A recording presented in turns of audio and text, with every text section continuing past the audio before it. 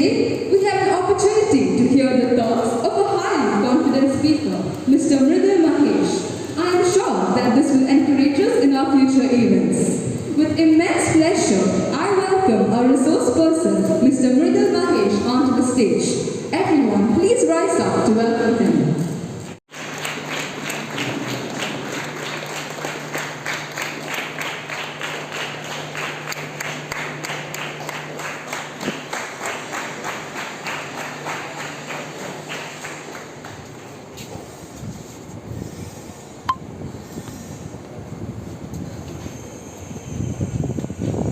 I request our principal, N.M. George Sir, to welcome him with a bouquet of flowers.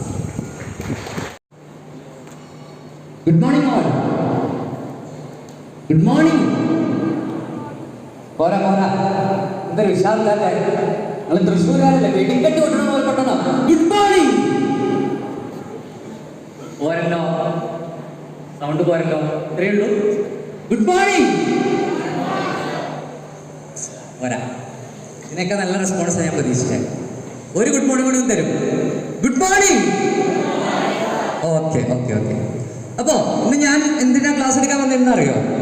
നിങ്ങളെല്ലാവരും +1 +2 കഴിഞ്ഞു കഴിഞ്ഞാൽ പലതരത്തിലുള്ള competitive എക്സാമുകളിലേക്ക് കിടക്കുകയാണ് അല്ലേ? അപ്പോൾ അതിനെ നമുക്ക് എങ്ങനെ ടാക്കിൾ ചെയ്യാം എന്ന ഒരു ക്ലാസ്സാണ് ഞാൻ എടുക്കുന്നത്. കുറേ വഴികളുണ്ട്. കോമ്പറ്റേറ്റീവ് എക്സാംസ് വളരെ എളുപ്പത്തിൽ ടാക്കിൾ ചെയ്യാൻ പറ്റുന്ന കുറേ ടെക്നിക്സ് ഉണ്ട്. അതുപോലെ എങ്ങനെ കാര്യങ്ങൾ ഓർത്തിരിക്കാം എന്നറിയാനുള്ള ടെക്നിക്സ് ഉണ്ട്. നമ്മുടെ ബ്രെയിനിനെ നമ്മൾ എങ്ങനെ ട്രെയിൻ ചെയ്യണം എന്നുള്ള ടെക്നിക്സ് ഉണ്ട്. അത്തരം ടെക്നിക്കുകൾ പറയാൻ വേണ്ടിയിട്ടാണ് ഞാൻ ഇന്നിവിടെ വന്നിരിക്കുന്നത്. ഓക്കെ, അപ്പോൾ അത് നിങ്ങൾക്ക് വളരെ ഹെൽപ്ഫുൾ ആവും. നിങ്ങളുടെ അടുത്ത് പേപ്പർ ഉണ്ടോ? ബുക്ക് ഉണ്ടോ? എല്ലാവരുടെ അടുത്തും എല്ലാവരും ഒരു ബുക്ക് എടുത്തേ. നമുക്കൊരു കളി കളിച്ച് തുടങ്ങാം. എല്ലാവരും ഒരു ബുക്കും പേനയും എടുത്ത് നമുക്കൊരു കളി കളിച്ചിട്ട് നമ്മുടെ ഈ സെഷൻ സ്റ്റാർട്ട് ചെയ്യാം.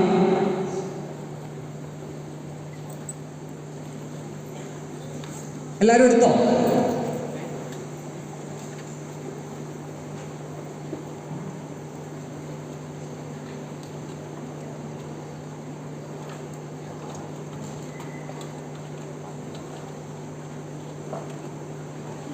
യെസ്, ഒരു പേപ്പർ എടുക്കുക. പേപ്പർ കീറണ്ട, പേപ്പർ എടുത്താൽ മതി. എല്ലാവർക്കും ചിത്രം വരയ്ക്കാൻ അറിയാലോ? ചിത്രം വരയ്ക്കാൻ അറിയാം? നിങ്ങളെന്തായാലും ബോട്ടണിയിലും സുവോളജിയിലും ഒക്കെ നമുക്ക് റെക്കോർഡ് വരയ്ക്കാനുള്ള ആൾക്കാരാണ്. അപ്പോൾ എന്തായാലും ഞാനൊരു ചിത്രം വരപ്പിച്ച് തുടങ്ങാം നിങ്ങളെ കൊണ്ട്. എന്താല്ലേ ഈ സാറ് പറയുന്നത്? 1ാം ക്ലാസ്സിലും 2ാം ക്ലാസ്സിലൊക്കെ കൊടുക്കേണ്ട പണിയാണ് +1ലും +2ലൊക്കെ എത്തിയവർക്ക് കൊടുക്കുന്നത് അല്ലേ? ഓക്കെ, നമുക്കൊരു ചിത്രം വരയ്ക്കാം. അതിനൊരു ഉദ്ദേശമുണ്ട് എനിക്ക്. നിങ്ങൾ വരയ്ക്കേണ്ട ചിത്രം വളരെ എളുപ്പമാണ്. ഒരു മാനിൻ്റെ ചിത്രം വരയ്ക്കുക. മാൻ അല്ല, മാൻ. ഒരു പുരുഷൻ്റെ ചിത്രം വരയ്ക്കുക. വളരെ സിമ്പിളായിട്ട് നിങ്ങൾക്ക് അറിയുന്ന വളരെ ക്രിയേറ്റീവായിട്ടുള്ള ഒരു ചിത്രം നിങ്ങൾ വരച്ചാൽ മതി. നമുക്ക് അതിൽ നിന്ന് നമുക്ക് വിന്നറെ കണ്ടുപിടിക്കണം. അതാണ് എൻ്റെ പണി. നിങ്ങളൊരു മനുഷ്യൻ്റെ ചിത്രം വരയ്ക്കണം. എനിക്ക് അതിൽ നിന്നൊരു വിന്നറെ കണ്ടുപിടിക്കണം. ഈ കൂട്ടത്തിലിരിക്കുന്ന രാജാരവി വർമ്മ ആരാണ്, അമൃത ഷെർഗിൽ ആരാണ് എന്നൊക്കെ എനിക്ക് അറിയണം. അതിനു വേണ്ടിയിട്ടാണ് ഞാൻ ഈ ചിത്രം വരയ്ക്കാൻ പറഞ്ഞത്.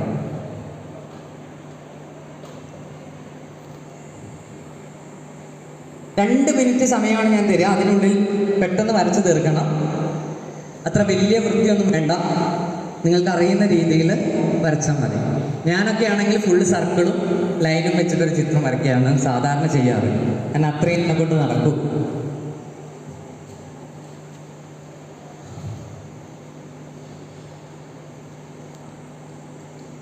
ഓക്കെ, നല്ല ക്രിയേറ്റീവ് ചിത്രങ്ങളൊക്കെ വരുന്നുണ്ട്. മനുഷ്യനാണെന്ന് അറിയാൻ വേണമെങ്കിൽ അടിയിൽ എഴുതി വെച്ചോളൂ കേട്ടോ.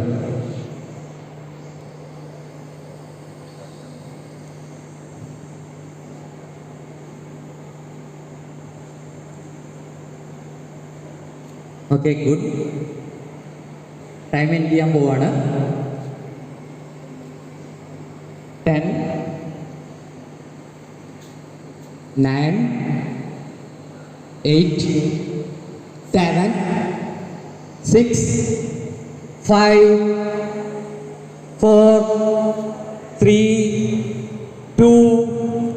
1 0 കഴിഞ്ഞു, സമയം കഴിഞ്ഞു. ഇനി ഇതിന്റെ മാർക്ക് ഇടണ്ടേ? മാർക്കിട്ടാലല്ലേ വിജയം കണ്ടുപിടിക്കാൻ പറ്റുള്ളൂ. ആര് മാർക്കിടും? ഞാൻ നിങ്ങളുടെ പേപ്പറൊക്കെ നോക്കി വരുമ്പോഴേക്കും ഇന്ന് രാത്രിയാവും. അപ്പോൾ ഏറ്റവും നല്ലത് അടുത്തിരിക്കുന്ന ആൾക്ക് കൊടുത്തോളൂ.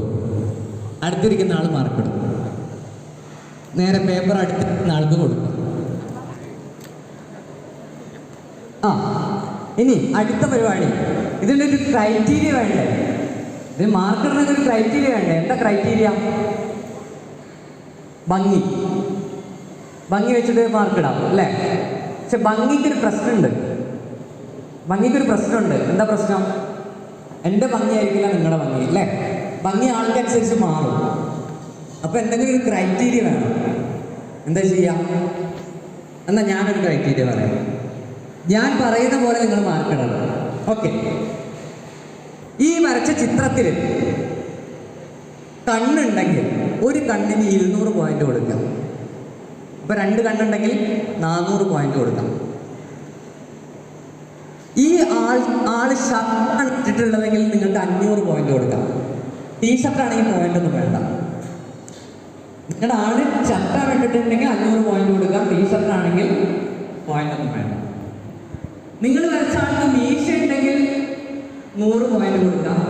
മീശ ഇല്ലെങ്കിൽ പോയിന്റ് കൊടുക്കാം. നിങ്ങളുടെ ആൾക്ക് തട്ടുണ്ടെന്ന് പറഞ്ഞു, തട്ടിൽ ബട്ടൺ ഉണ്ടെങ്കിൽ ഒരു ബട്ടന് 1000 വെച്ച് കൊടുക്കുക. ഒരു ബട്ടൺ 1000 പോയിന്റ് വെച്ച് കൊടുക്കുക. അപ്പോൾ ബട്ടന്റെ വില എപ്പോഴാണ് മനസ്സിലാവുന്നത് അല്ലേ? ഇദ്ദേഹം മുണ്ടാണ് എടുത്തിരിക്കുന്നതെങ്കിൽ 500 പോയിന്റ് കൊടുക്കാം. പാന്റാണ് എടുത്തിട്ടുണ്ടെങ്കിൽ പോയിന്റ് വേണ്ട. പാന്റ് ബർമൂഡ ത്രിഫോർത്തൊക്കെ നിരോധിച്ചിട്ടുണ്ട്.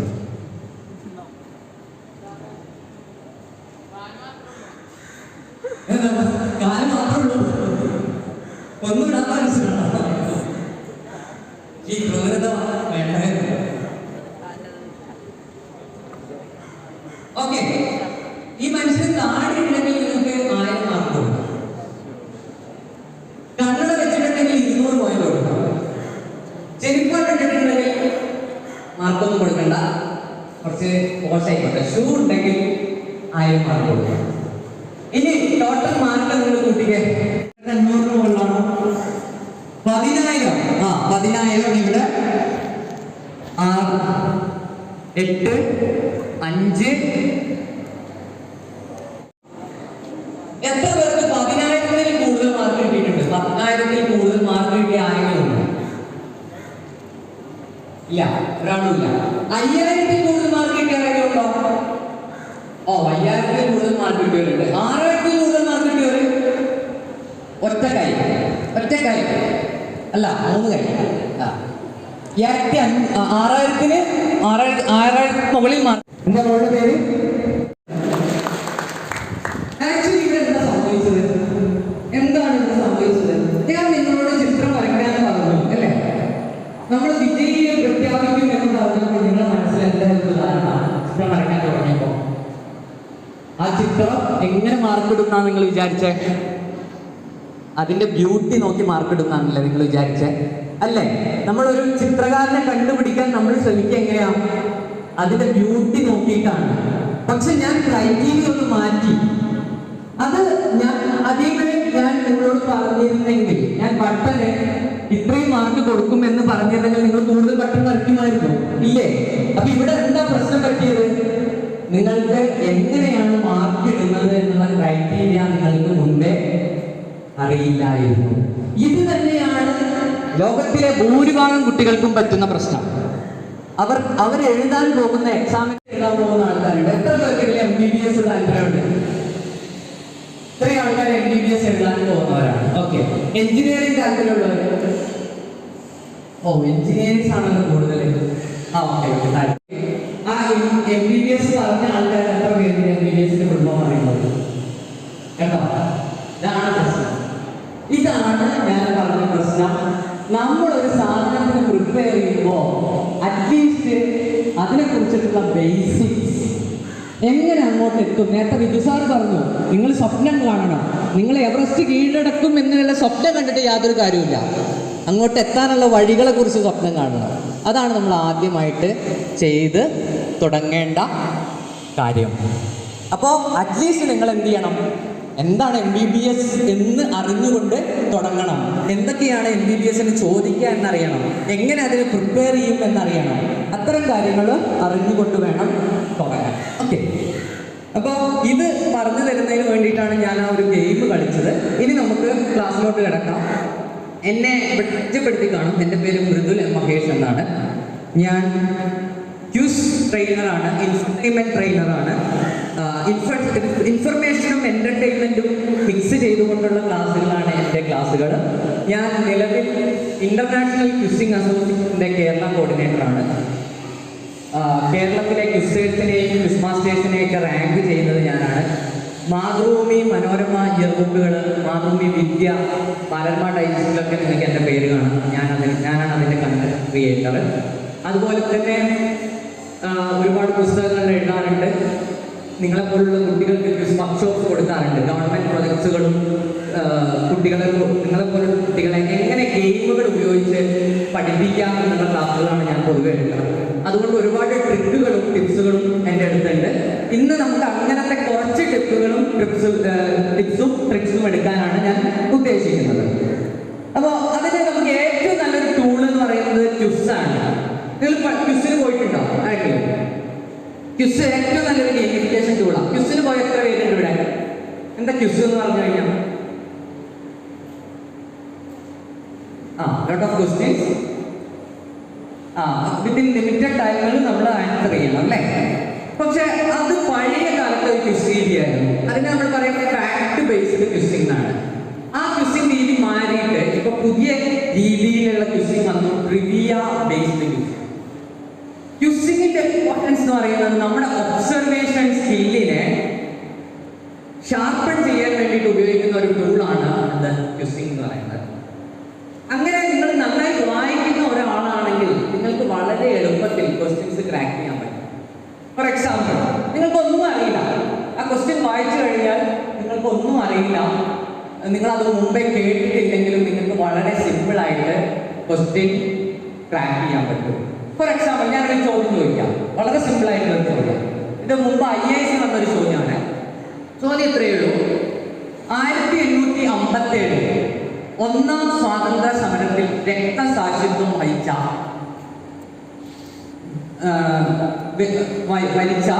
സൗത്ത് ഇന്ത്യയിൽ നിന്നുള്ള സ്വാതന്ത്ര്യ സമര സേനാനി ആരാണ് എന്നതാണ് ചോദ്യം. 1857 ഒന്നാം സ്വാതന്ത്ര്യ സമരത്തിൽ രക്തസാക്ഷിത്വം വഹിച്ച സൗത്ത് ഇന്ത്യയിൽ നിന്നുള്ള സ്വാതന്ത്ര്യ സമര സേനാനി ആരാണെന്നാണ് ചോദ്യം.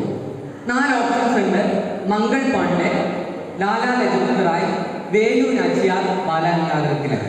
നിങ്ങൾ ഏത് പറയും? മംഗൾ പാണ്ഡെ. ഒരു തരം, 2 തരം, 3 തരം? ഉറപ്പിച്ചോ? എന്താണ് നിങ്ങൾ മംഗൾ പാണ്ഡെ പറഞ്ഞത്? അറിയാമായിരുന്നു അല്ലേ? അറിയാമായിരുന്നു, അതുകൊണ്ടാണ് നിങ്ങൾ മംഗൾ പാണ്ഡെ പറഞ്ഞത്. എല്ലാവരും മംഗൾ പാണ്ഡെയാണ് പറയുന്നത്? അല്ല, വേറെ എന്താ ആൻസർ ഉള്ള? എന്താ അവിടെ തല കാട്ടിയിരുന്നല്ലോ? വേറെ എന്താ ആൻസർ ഉള്ള? മംഗൾ പാണ്ഡെ തന്നെയാണ്. എല്ലാവരും മംഗൾ പാണ്ഡ്യ? എല്ലാവരും മംഗൾ പാണ്ഡ്യ? നിങ്ങൾ ഇത്രയും പിടുക്കന്മാരാ? എന്നാ അതല്ല ഉത്തരം തെറ്റാ. നിങ്ങൾ അവിടെയാണ് എൻട്രൻസിന്റെ പ്രശ്നം. നിങ്ങൾ ഉദ്ദേശിച്ച രീതിയിലായിരിക്കില്ല ചോദ്യം. 1857 രക്തസാക്ഷിത്വം വഹിച്ച സൗത്ത് ഇന്ത്യയിൽ നിന്നുള്ള വ്യക്തി ആരാണെന്നാണ്. 1857 രക്തസാക്ഷിത്വം വഹിച്ച വ്യക്തി ആരാണെന്നല്ല, അത് മംഗൾ പാണ്ഡെയാണ്.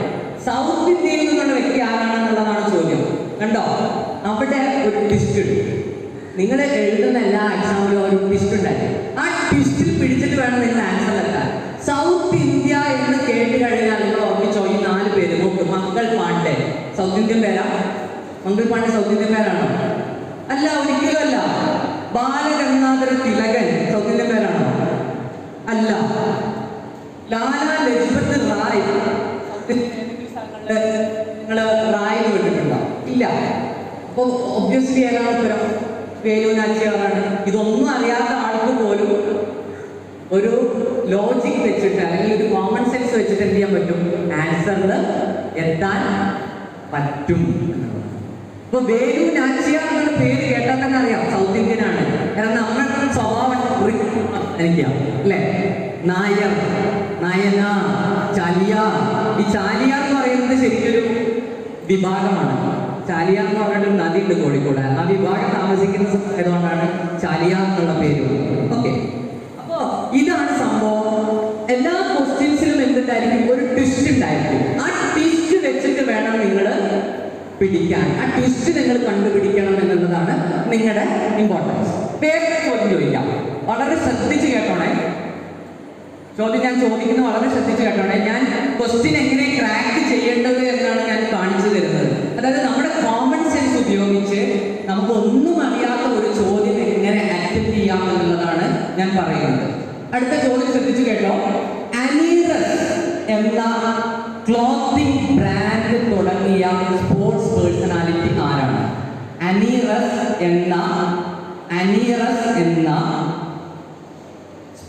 ക്ലോത്തിങ് ബ്രാൻഡ് തുടങ്ങിയ സ്പോർട്സ് പേഴ്സണാലിറ്റി ആരാണ്? ആർക്കെങ്കിലും ഗസ് ചെയ്യാൻ പറ്റുമോ? അനീറസ് ANERES എന്ന ബ്രാൻഡ് തുടങ്ങിയ സ്പോർട്സ് പേഴ്സണാലിറ്റി ആരാണ്? ഒന്ന് ആലോചിച്ച് നോക്കിക്കേ. ഉത്തരം പറയുന്ന ഒരു സംഭവമുണ്ട്. അനീറസ്.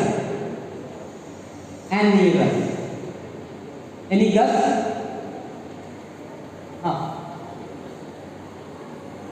ആൻഡ്രൂ റസൽ അല്ല. അനീറസ് ANERES. ആരെങ്കിലും? ഓക്കെ, എന്നാ എല്ലാരും പുസ്തകത്തിൽ എഴുതിക്കുക. അനീറസ് എന്ന് എഴുതിക്കേ. അതെ, പുസ്തകത്തിൽ എല്ലാവരും അനീറസ് എന്ന് എഴുതിക്കേ. എഴുതിയോ? എല്ലാരും എഴുതിയോ? അനീറസ് എഴുതിയോ? സ്പെല്ലിംഗ് ഞാൻ പറഞ്ഞില്ല. ANERES എഴുതിയോ? ഇനി പുസ്തകം ഒന്ന് നേരെ തലയിരിച്ച് പിടിച്ചേ. എന്തോ ഉത്തരം കിട്ടിയത്? അനീറസ് എന്നുള്ളത് തലയിരിച്ച് പിടിച്ചേ. എന്തോ ഉത്തരം കിട്ടിയത്? സെറീന കിടക്കുന്നുണ്ട്. നമ്മുടെ പെർസ്പെക്ഷൻ ആണ് മാറ്റേണ്ടത്. എങ്ങനെയാണ് നമ്മൾ നോക്കി കാണുന്നത് എന്നുള്ളതാണ് മാറ്റേണ്ടത്. എല്ലാ ചോദ്യത്തിലും എന്തെങ്കിലുമൊക്കെ ഒരു ദൈവത്തിന്റെ കരവുണ്ടായിരിക്കും, എന്തെങ്കിലുമൊക്കെ ക്ലൂസ് ഉണ്ടായിരിക്കും. അപ്പൊ നമ്മളൊന്ന് അതിനെ ചിലപ്പോൾ തല തിരിച്ചു പിടിച്ചാൽ നമുക്ക് ആൻസർ കിട്ടും. പക്ഷെ നമ്മൾ എന്താ ചെയ്യാം? അനീറസ്, ഇത് ഞാൻ കേട്ടിട്ടൊക്കെയല്ലോ, സ്കിപ്പ് ചെയ്യും. ഇങ്ങനെയല്ല നമ്മൾ ചെയ്യുന്നത്. നമ്മൾ എന്ത് ചെയ്യണം? ചോദ്യങ്ങൾ 1 or 2 തവണ വായിക്കുമ്പോൾ നിങ്ങൾക്ക് അതിലുള്ള ക്ലൂ തെളിഞ്ഞു വരും. ആ ക്ലൂ വെച്ച് വേണം നിങ്ങൾ ആൻസറിലോട്ട് എത്താൻ. അടുത്തൊരു ചോദ്യം ഞാൻ ചോദിക്കാം. ജോസഫ് സിറിൽ ബാംഫോർഡ് എന്ന് പറയുന്ന വ്യക്തി തന്റെ അച്ഛനെ സഹായിക്കുന്നതിന് വേണ്ടിയിട്ട്, തന്റെ അച്ഛൻ കർഷകനാണ്, ആ കർഷകനായ അച്ഛനെ സഹായിക്കുന്നതിന് വേണ്ടിയിട്ട് ഒരു ഉപകരണം ഉണ്ടാക്കി. എന്തുണ്ടാക്കിയ വ്യക്തിയാണ് ജോസഫ് സിറിൽ ബാംഫോർഡ്? കർഷകനായ തന്റെ അച്ഛനെ സഹായിക്കുന്നതിന് വേണ്ടിയിട്ട് ജോസഫ് സിറിൽ ബാംഫോർഡ് എന്ന് പറയുന്ന വ്യക്തി ഉണ്ടാക്കിയ ഉപകരണം എന്താണ്? JCB. Why JCB? ജോസഫിന്റെ ജെയും സിറിലിന്റെ സിയും ബാംഫോർഡിന്റെ ബിയും എടുത്ത് JCB-നാക്കി. മിടുക്കൻ തന്നെയാണ് ആൻസർ. ഇത്രയേ ഉള്ളൂ പണി. കണ്ടോ? ക്വസ്റ്റ്യനിൽ തന്നെ ആൻസർ കിടക്കുന്നുണ്ട്. പക്ഷെ നമ്മളത് തിരിച്ചറിയില്ല. അയ്യോ, നമ്മൾ വിചാരിക്കാം എന്തൊരു ക്വസ്റ്റ്യനാ, അത് ഞാൻ കേട്ടിട്ടില്ല, പോട്ടെ. കണ്ടോ? ഇങ്ങനെയുള്ള പല ലോജിക്കൽ ടെക്നിക്സ് ഉണ്ട്. നമുക്കൊന്നും അറിയാതെ കണ്ണും കൂട്ടി ഗസ്റ്റ് ചെയ്യാൻ പറ്റുന്ന കുറേ സാധനങ്ങൾ നമുക്ക് ഉപയോഗിക്കാൻ പറ്റും. പണ്ട് ഞാൻ ഇതുപോലെ ഒരു ഇൻസ്റ്റിറ്റ്യൂട്ടിൽ, ഒരു എൻട്രൻസ് ഇൻസ്റ്റിറ്റ്യൂട്ടിൽ ക്ലാസ് എടുക്കുകയാണ്. ഇങ്ങനെ ഒരുപാട് ടെക്നിക്സുകൾ പഠിപ്പിക്കുന്നതിന് വേണ്ടിയിട്ട് ഞാനൊരു ക്ലാസ് എടുത്തു കൊടുത്തിരുന്നു. അന്ന് അത് കഴിഞ്ഞ് ആ ഒരു എൻട്രൻസ് കഴിഞ്ഞിട്ട് ഒരു കുട്ടി എന്നെ വിളിക്കുന്നുണ്ട്.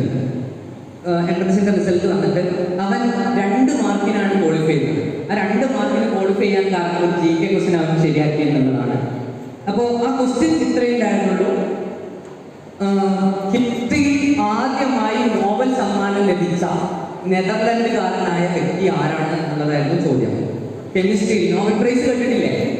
നോബൽ പ്രൈസ് കെമിസ്ട്രി, ഫിസിക്സിലൊക്കെ, ഫിസിയോളജിയിലൊക്കെ നോബൽ പ്രൈസ് കൊടുക്കാറുണ്ട്. കെമിസ്ട്രിയിൽ നോബൽ പ്രൈസ് ലഭിച്ച നെതർലൻഡുകാരനായ വ്യക്തി ആരായിരുന്നു എന്നുള്ളതായിരുന്നു ചോദ്യം.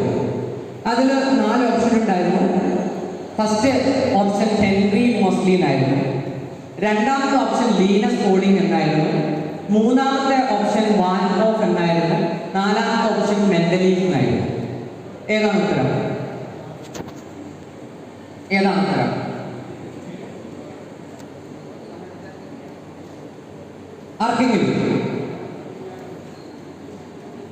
ആർക്കെങ്കിലും അറിയാം? ഏതൊക്കെ ഓപ്ഷൻസ് ഏതൊക്കെയാ? Henry Moseley, Mendeleev, van Gogh and ഞാൻ 4 പറഞ്ഞു ഇല്ലേ? അത് മറന്നു. ഏതാണ് ഇതിന്റെ ഉത്തരം? മോസ്ലി അല്ല, വാൻ ഗോഗ്. എന്തുകൊണ്ടാണ് വാൻ ഗോഗ് എന്ന് പറഞ്ഞത്? Any reason?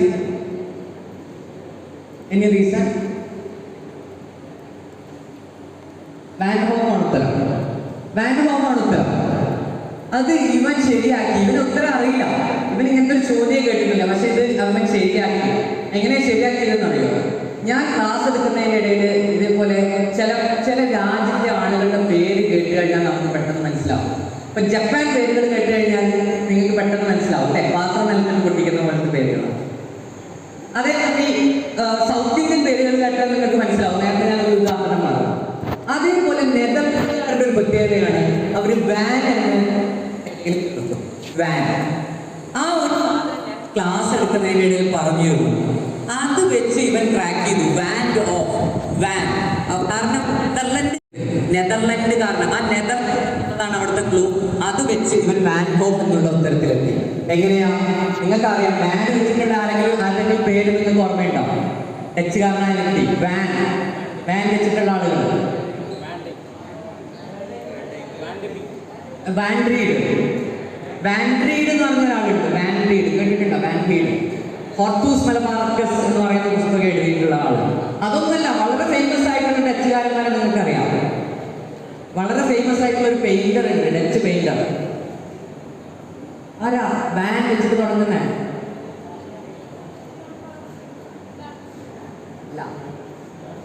വാൻ ഗോഗ് കേട്ടിട്ടില്ലേ? വാൻ ഗോഗ് മൈക്രോസ്കോപ്പ് കണ്ടുപിടിച്ച് വെക്കാരാ? നിങ്ങൾ MBBS എക്സാം എഴുതാൻ പോകുന്നതാണ്. ആരാണ് മൈക്രോസ്കോപ്പ് കണ്ടുപിടിച്ചാൽ?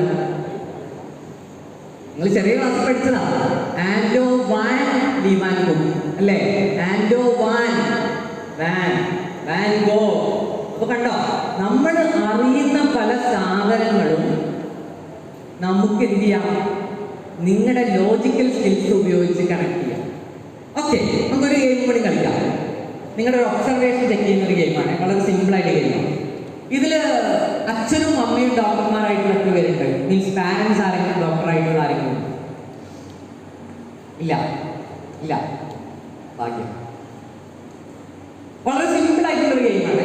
വളരെ സിമ്പിൾ എന്ന് പറഞ്ഞാൽ വളരെ സിമ്പിളാണ്. നിങ്ങളെല്ലാവരും ഹോസ്പിറ്റലിൽ പോയിട്ടില്ലേ? ഈ ഹോസ്പിറ്റലിൽ പോയി കഴിഞ്ഞാൽ നല്ല ബോർഡുകൾ കാണാം അല്ലേ? ഡോക്ടർ രാജീവ് കുമാർ നിങ്ങൾക്ക് കേൾക്കാം. Ophthalmologist, cardiologist. നിങ്ങൾ ചെയ്യേണ്ടത്, നിങ്ങൾ ഹോസ്പിറ്റലിൽ പോകുമ്പോൾ കണ്ടിട്ടുള്ള ഒരു 10-15 ബ്രാഞ്ചുകളുടെ പേര് നിങ്ങൾ എഴുതണം. നിങ്ങൾ എത്രത്തോളം ശ്രദ്ധിച്ചിട്ടുണ്ടെന്ന് അറിയാൻ വേണ്ടിയിട്ടാണ്. ഹോസ്പിറ്റലിൽ പോകുമ്പോൾ നിങ്ങൾ കണ്ടിട്ടുള്ള ബ്രാഞ്ചുകളുടെ പേര് എഴുതണം. ഏറ്റവും കൂടുതൽ ബ്രാഞ്ചുകൾ എഴുതിയ ആൾക്ക് സമ്മാനമുണ്ട്. അപ്പോൾ ഡോക്ടേഴ്സ് അറ്റ്ലീസ്റ്റ് ബ്രാഞ്ചുകളെങ്കിലും പഠിക്കട്ടെ എന്ന് വിചാരിച്ചിട്ടാണ്. സോ നിങ്ങളുടെ ഒബ്സർവേഷൻ ലെവൽ എത്രത്തോളം ഉണ്ടെന്ന് അറിയാൻ വേണ്ടിയിട്ടാണ്. മാക്സിമം നമ്പർ ഓഫ് ബ്രാഞ്ചസ് നിങ്ങൾ എഴുതണം. ബ്രാഞ്ചസ് ഏറ്റവും കൂടുതൽ ബ്രാഞ്ചസ് എഴുതിയവർക്ക് സമ്മാനമുണ്ട്. ഇത് ഞാൻ കണ്ണൂർ ഒരു ക്ലാസ്സിൽ ഈ ഗെയിം ഞാൻ കളിപ്പിക്കുകയായിരുന്നു. അപ്പം ഞാൻ ക്ലാസ് തുടങ്ങുന്നതിന് മുമ്പ് പറഞ്ഞു വളരെ സിമ്പിളാണ് ബ്രാഞ്ചുകളുടെ പേര് കിട്ടാൻ. ഒക്കത്തിൻ്റെ ഒപ്പം ഓളജി കൂട്ടിയാൽ മതി അല്ലേ? ഓളജിസ്റ്റ് എന്ന് കൂട്ടിയാൽ മതി. ഓളജി എന്ന് പറഞ്ഞാൽ ബ്രാഞ്ചാണ്, സുവോളജി അല്ലേ? അതായത് ബ്രാഞ്ചിന്റെ പേര് കിട്ടാൻ ഓളജി എന്ന് കിട്ടിയാൽ മതി, അത് നടത്തുന്ന ആളുടെ പേര് കിട്ടാൻ ഓളജിസ്റ്റ് എന്ന് കൂട്ടിയാൽ മതി അല്ലേ? ഒരു കുട്ടി സാർ എനിക്ക് 15 മിനിറ്റ് എൻ്റെ അടുത്ത് വന്നു, ഞാൻ പേപ്പർ നോക്കുമ്പോൾ ഞെട്ടിപ്പോയി. ഇവൻ എല്ലാ അവയവങ്ങളിലും ഒപ്പം ഓളജിസ്റ്റ് കൂട്ടിയിട്ടുണ്ട്. ഹെഡോളജിസ്റ്റ്, അയ്യോളജിസ്റ്റ്, നോസോളജിസ്റ്റ്. ഭാഗ്യത്തിന് ഒരു സാധനം മാത്രം ശരിയായി. ഏതാണെന്നറിയോ? വയറിൻ്റെ ഒപ്പം ഓളജി കൂട്ടിയിട്ട് വൈറോളജിസ്റ്റ് നേടി. ഭാഗ്യത്തിന് വൈറോളജിസ്റ്റ് എന്ന് പറഞ്ഞ വൈറസുകളെ കുറിച്ചുള്ള സ്റ്റഡിയായിരുന്നു. ചിലപ്പോൾ അങ്ങനെയൊക്കെ ചാടാം. ഓക്കെ, സ്പീഡ് എഞ്ചിനീയേഴ്സ് മൈൻഡ് ചെയ്യാതിരിക്കുകയാണ്. നമ്മൾ ഇതിനെക്കുറിച്ച് അറിയണ്ടെന്ന് വിചാരിച്ചു.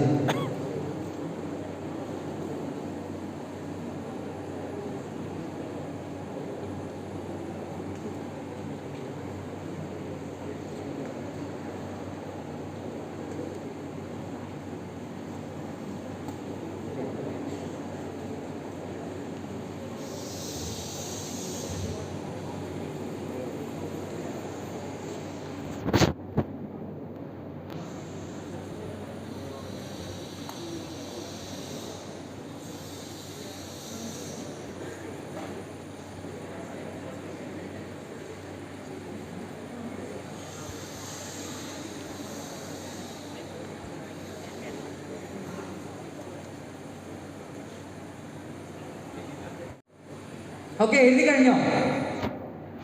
നമ്മുടെ ഒരു ഒബ്സർവേഷൻ, നമ്മൾ എത്രത്തോളം ഒബ്സർവ് ചെയ്യുന്നു എന്നുള്ളത് വളരെ ഇമ്പോർട്ടൻ്റ് ആണ്. ആ ഒബ്സർവേഷനിൽ നിന്ന് നമ്മൾ പലതും ഗ്രാഫ് ചെയ്യുന്നുണ്ട്. അത് നമ്മൾ അറിയാതെ സംഭവിക്കുന്ന കാര്യമാണ്. അതായത് എക്സാമ്പിൾ ഞാനിപ്പോൾ പറഞ്ഞുതരാം. നിങ്ങളിത് എഴുതി കഴിഞ്ഞു കഴിഞ്ഞാൽ ഇതിൽ നിന്ന് തന്നെ എത്ര ചോദ്യങ്ങൾ ഉണ്ടാക്കാമെന്ന് ഞാൻ കാണിച്ചു തരാം. കാരണം നമ്മൾ ഒബ്സർവ് ചെയ്യുന്ന പല സാധനങ്ങളും നമുക്ക് ഭാവിയിൽ യൂസ് ചെയ്യും. നമ്മളത് പക്ഷേ നമ്മളത് ശ്രദ്ധിക്കാതെ വരും. അതാണ് നമ്മുടെയൊക്കെ പ്രശ്നം. ഓക്കെ, മതി, സമയം മതി. 15ന്റെ മുകളിൽ കിട്ടിയ ബ്രാഞ്ചസ് കിട്ടിയ ആരെങ്കിലും ഉണ്ടോ? 15ന്റെ മുകളിൽ? ഓ മിടുക്കി. 15ന്റെ മുകളിൽ വേറെ ആരുമില്ല. 15 ഉണ്ടോ നോക്കണേ, നേരത്തെ പറഞ്ഞ പോലെ ആവരുത്. ഓക്കെ, നമുക്കൊന്ന് വായിച്ചോ. നിങ്ങൾ ആ സ്റ്റഡി എന്തിനെ കുറിച്ചിട്ടുള്ളതെന്ന് പറയണേ. മോളുടെ പേര് അറീന. ഓക്കെ, പീഡിയാട്രീഷ്യൻ കേട്ടിട്ടുണ്ടോ? എന്താ പീഡിയാട്രീഷ്യൻ എന്ന് പറഞ്ഞാൽ? കുട്ടികളെ നോക്കുന്ന ആൾക്കാരുടെ അല്ലേ. ന്യൂറോളജി എന്ന് പറഞ്ഞാൽ നെർവ്സും ബ്രെയിനും ഒക്കെയാണ് neurology. Nephrology kidney. Okay, gastroenterology stomach. Pulmonology ഹാർട്ടാണോ പൾമണോളജി? ഹാർട്ട്. കാർഡിയോളജി. പൾമണോളജി എന്ന് പറഞ്ഞാൽ ലങ്സ്. പൾമണറി സിസ്റ്റം എന്ന് പറയുന്നത് ലങ്സ് ആണ്. Cardiology heart. Oncology cancer. Psychologist നമ്മളെയൊക്കെ ചികിത്സിക്കുന്ന ആൾക്കാർ. Ophthalmologist I. വൈറോളജി ഞാൻ പറഞ്ഞത് കേട്ടിട്ട് മനസ്സിലായി. ENT ശരിക്കുള്ള പേരല്ല കേട്ടോ. ENTക്ക് വേറെ പേരുണ്ട്, നമ്മൾ പക്ഷേ ENT എന്നാ കാണാറ്. ഡെന്റിസ്റ്റ്. കോസ്മെറ്റോളജി എന്ന് കൂട്ടിയാൽ മതി, പ്രശ്നം തീർന്നു. Dermatology skin. ഓർത്തോപീഡിയ. ഓർത്തോ എന്ന് പറയുന്നത് എന്താ? എല്ലാം. ഇപ്പൊ എത്രണ്ണായി? 1 2 3 4 5 6 7 8 9 10 11 12 13 14 15. ഓക്കെ, മിടുക്കി. നല്ലൊരു കൈകൾ എടുത്തേ.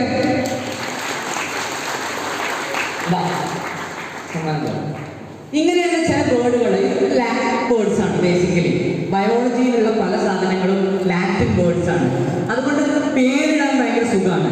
നിങ്ങൾ നന്നായിട്ട് ഒബ്സർവ് ചെയ്ത് കഴിഞ്ഞാൽ നിങ്ങൾക്ക് സുഖമായിട്ട് പേരിടാം. ഈ ENT എന്നുള്ളതിന്റെ ഫുൾ എന്താണെന്നറിയോ? ENT എന്നുള്ളതിനെ ശരിക്കും ആ ഡോക്ടറിനെ ENT എന്നല്ല വിളിക്കുക. എന്താ വിളിക്കുക? ആർക്കെങ്കിലും അറിയാം? അല്ല, ഇയർ നോസ് ത്രോട്ട് എന്നുള്ളത് അതിന്റെ ചുരുക്കമാണ് ENT. ശരിക്കും ഡോക്ടറിനെ അങ്ങനെയല്ല വിളിക്കുന്നത്. അത് കുറച്ച് വലിയ പേരാണ്. അതുകൊണ്ട് നമ്മൾ ENT എന്ന് വിളിക്കും. ENT എന്ന് പറഞ്ഞാൽ ഇയർ നോസ് ത്രോട്ട് ആണ്. ഇയറിന് എന്താണ് ലാറ്റിനിൽ പറയാൻ കഴിയുക? ഓട്ടോ. ഓട്ടോ. അതുകൊണ്ടാണ് നമ്മൾ ഇയർ ടെസ്റ്റ് ചെയ്യുന്ന ഇതിനെ പറയുന്ന പേരാണ് ഓട്ടോസ്കോപ്പ്. ഓട്ടോസ്കോപ്പ് നമ്മൾ എപ്പോഴും ഉപകരണത്തിനൊപ്പം സ്കോപ്പ് എന്ന് കൂട്ടിയിടും. മൈക്രോസ്കോപ്പ് അല്ലെ, ഇലക്ട്രോസ്കോപ്പ്. അപ്പോൾ ചെവിയെ നമ്മൾ പറയാം ഓട്ടോ എന്നാണ്. അപ്പൊ ചെവി ടെസ്റ്റ് ചെയ്യുന്ന സാധനത്തിനെ ഓട്ടോസ്കോപ്പ് എന്ന് വിളിക്കാം. മൂക്കിന് എന്താ പറയുന്നത്? ലാറ്റിനിൽ മൂക്കിന്റെ സർജറിനെ നമ്മൾ എന്താ പറയാ? ഏറ്റവും വലിയ മൂക്കുള്ള ആളിനെ എന്താ പറയാ? ഒരു മൃഗം. മൂക്കുള്ള ഒരു മൃഗം ഉണ്ടല്ലോ, മൂക്കുള്ളൊരു മൃഗം ഉണ്ടല്ലോ, അതിനെ നമ്മൾ എന്താ പറയാറ്?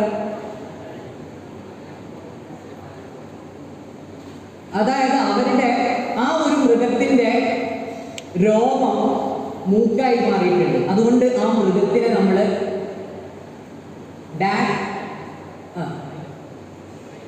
റൈനോസേഴ്സ് ആണോ?